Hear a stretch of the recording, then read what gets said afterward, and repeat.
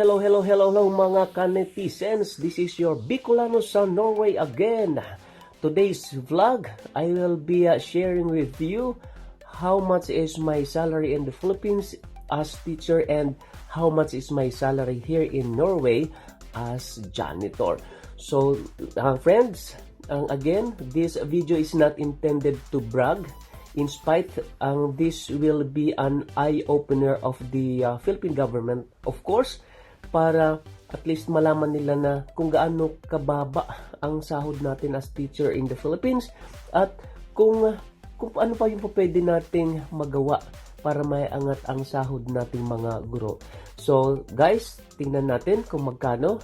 Watch this. Nandito po ako ngayon sa labas. Ayan pa. Ito ang aking surroundings ngayon. Napakaganda. Green na green. Ayan. Ayan. Pakita ko muna sa inyo ang kagandahan ng Norway. Ayan. Ayan. Okay. So ngayon po, ang pag-uusapan natin ay tungkol sa aking sahod noon sa Pilipinas as teacher at saka ngayon po dito sa Norway na janitor po ako. Magkano po ba ang diferensya ng aking sahod? Alam ko po marami sa inyong magtatanong kung bakit teacher ka sa Pilipinas and then pagpunta mo ng Norway, janitor ka. So ganito po kasi yan mga kaibigan. Dito po kasi sa Norway, iba ang curriculum nila. At saka kapag gusto mong mag-teacher dito, kailangan mag-aral pa ng 4 na taon. At saka kailangan maging perfect mo ang kanilang language. Kasi po ang language po ng Norway ay hindi po English. Norse po ang salita nila dito. So hindi po ganun kadali. So kung halimbawa magiging teacher ka dito, hindi mo nga alam yung language, paano ka makakapagturo? So kaya I decided na lang po na maging janitor dito kasi po meron akong pamilya na pinapakain. So wala pong magbibigay sa akin dito kapag hindi ako nagtrabaho. Na natin kung magkano ang naging sahod ko sa Pilipinas nung umalis ako doon. Ang posisyon ko po sa Pilipinas ay teacher 3. So ito po ang aking monthly gross income, 23,436. Yan po. And then, babawasan po siya ng GSIS, 1,929.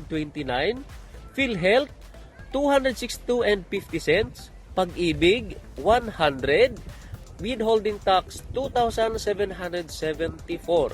So, total deduction is 5,065.50. Ayan po ang kanyang deduction. If we're going to minus that to 23,436,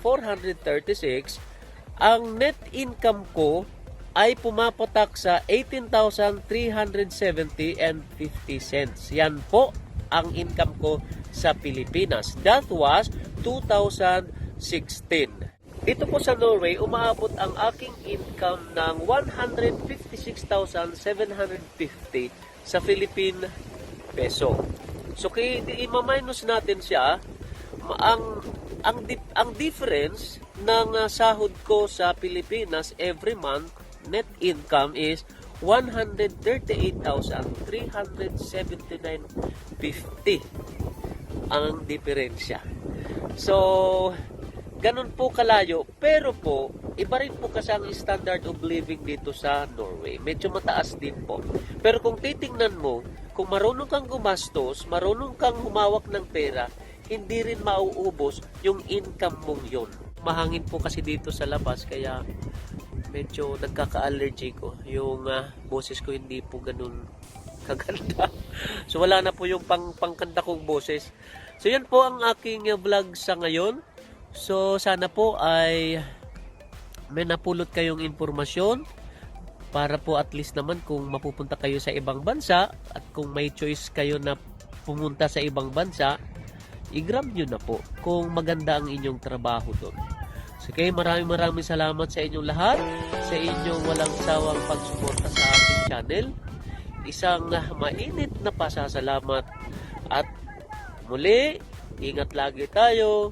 Hade! Bye-bye! Salamat!